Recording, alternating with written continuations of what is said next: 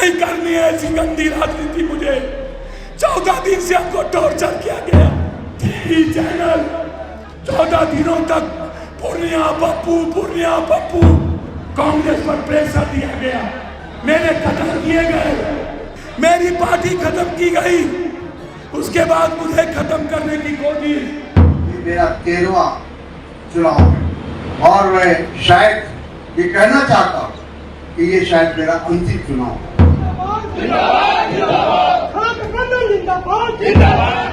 आपने सरकार को परिवार मेरे साथ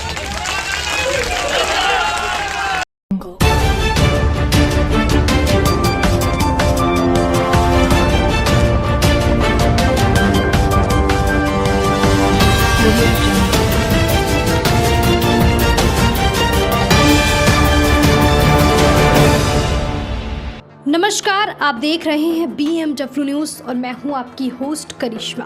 देखिए, जैसा कि जानते ही हैं कि लोकसभा चुनाव 5 साल में आता है और इसे लोकतंत्र का महापर्व भी कहते हैं।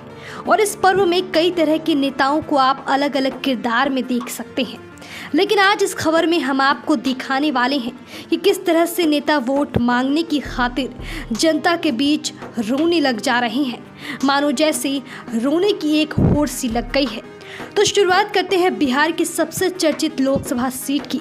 जी हाँ, मैं बात कर रही हूँ पूर्णिया लोकसभा सीट की, जहां से निर्दलीय उम्मीदवार के तौर पर पप्पू यादव खड़े हैं।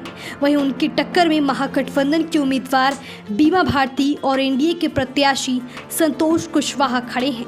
पप्पू यादव की बात करें तो पूर्णिया में जिधर भी बात हो रही है, लोग कह रहे हैं कि पप्पू यादव की पकड़ मजबूत है।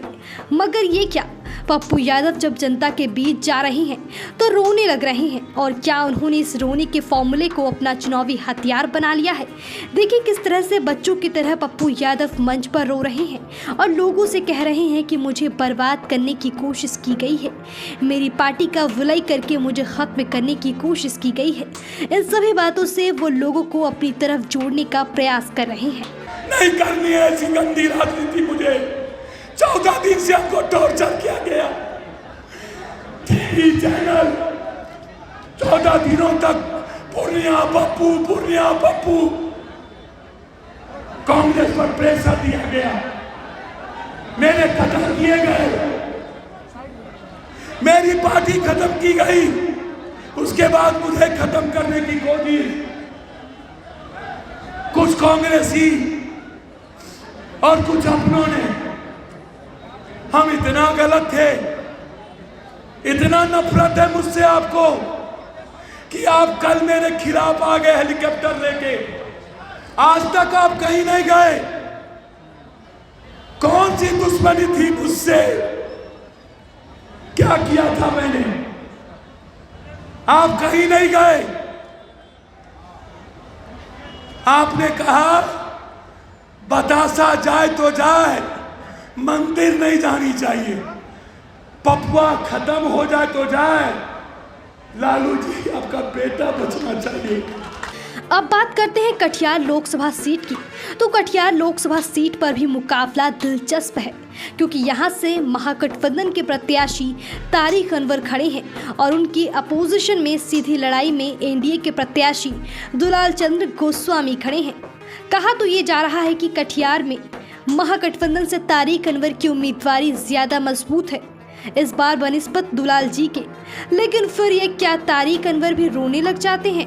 आप खुद ही देख लीजिए वो अपनी भाषण के दौरान कैसे फफक के रोने लगे और उन्होंने कहा कि शायद ये उनका आखिरी चुनाव है। ये मेरा 13वां चुनाव है और मैं शायद ये कहना चाहता हूँ कि ये शायद मेरा अंतिम चुनाव है।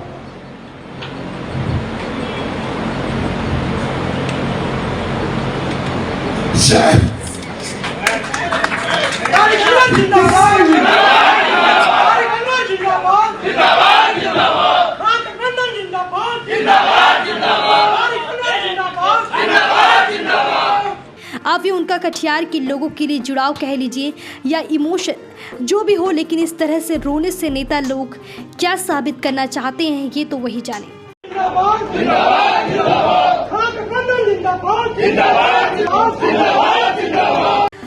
भाई साहब को भी ले लीजिए। यह खबर अररिया की है और अररिया से चुनाव लड़ने वाले पूर्व सांसद एवं मरहूम तस्लीमुद्दीन के पुत्र सरफराज आलम भी मंच पर रोने लगे क्योंकि उनका टिकट राजद ने काट दिया।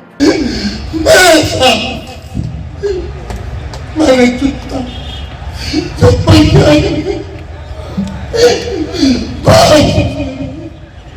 ये बेटा इंसान बैठे मरो में प्राण मेरे साथ। अभी आपने जिन दो लोगों को रोते देखा, उनके कंपटीशन में देखे तो सरफराज जी उन दोनों के मुकाबले ज्यादा रो रहे हैं। इतना रो रहे हैं कि उनकी आवाज़ ही नहीं निकल पा रही है। आप भी उनके भाषण को सुनेंगे तो समझ नहीं पाएंगे कि वो क्या चाह रहे हैं। रोने से उनकी आवाज़ बैठ गई है। सोचिए क्या कष्ट हुआ होगा उनको और कैसे झटका लगा होगा जब उनका टिकट राजद ने काट दिया। पार्टी क्या है? पार्टी तो आप हो। आज अगर मैं सीमांचल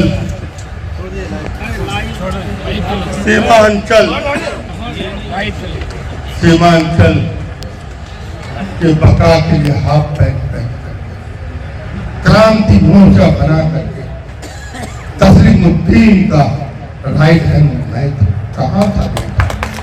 एक साजिद था। उस साजिद के साथ क्या हो रहा? अब माँ हो, आप बहुत कुछ बोलने का बोलूंगा मैं घंटों भर नहीं बोलूंगा तो बहुत सारी बात है। उन्होंने बड़ा आरोप लगाते हुए लालू यादव और तेजस्वी यादव को आड़े हाथों लेते हुए कहा कि मुसलमानों को इन्होंने हमेशा इस्तेमाल किया है। उन्होंने यहाँ तक कह दिया है कि तेजस्वी यादव ने चुनाव में टिकट बेचा है।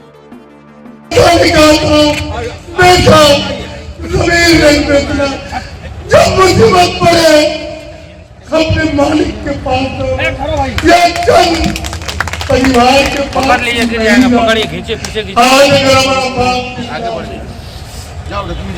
तो लालू की हैसियत थी नहीं राहत के मैंने नीतीश के साथ मैंने कुर्बानी कर 4 चुनाव 2 साल में लड़े और अब पुलवामा अगर नहीं होता। तो आपने देखा इस पूरे विश्लेषण में नेताओं की रोने की वजह कहीं टिकट काटने की वजह थी, कहीं किसी को धोखा मिला तो कहीं किसी ने कहा कि उनका ये आखिरी चुनाव है और इन्हीं बातों से वे लोगों को इमोशनली कनेक्ट करना चाह रहे हैं। ये रोने वाली रणनीति इस बार चुनाव में कौन कितना भुना पाता है ये तो चुनाव के रिजल्ट के दिन यानी कि 4 जून को ही पता चलेगा। आज के इस नेताओं के रोने वाले विश्लेषण में आपको यहीं छोड़ जा रहे हैं। बाकी की तमाम खबरों के लिए बने रहे BMW न्यूज़ के साथ। आपको खबर अच्छी लगी हो तो कमेंट करके अपने सुझाव हमसे ज़रूर साझा करें। हमारी खबरों को लाइक करें, ज़्यादा से ज़्यादा शेयर करें और चैनल को सब्सक्राइब करना ना भूलें। धन्यवाद। तमसोमा ज्योतिर्गमय गुरुकुल शिक्षा मंदिर संस्थान के साथ बनाए अपना भविष्य। रेगुलर और प्रोफेशनल कोर्सेज, सेकेंडरी और senior secondary courses, law, teachers training courses, pharmacy and nursing के साथ पैरामेडिकल में डायरेक्ट एडमिशन पाए। वेबसाइट विजिट करें या दिए गए नंबर पर कॉल करें। हमारा पता है गुरुकुल शिक्षा मंदिर संस्थान, कल्याण चौक, DS कॉलेज रोड, कटिहार। हमारा वीडियो अगर आपको अच्छा लगा हो तो आप हमारे वीडियो को शेयर करें, लाइक करें, हमारे चैनल को सब्सक्राइब जरूर करें। धन्यवाद।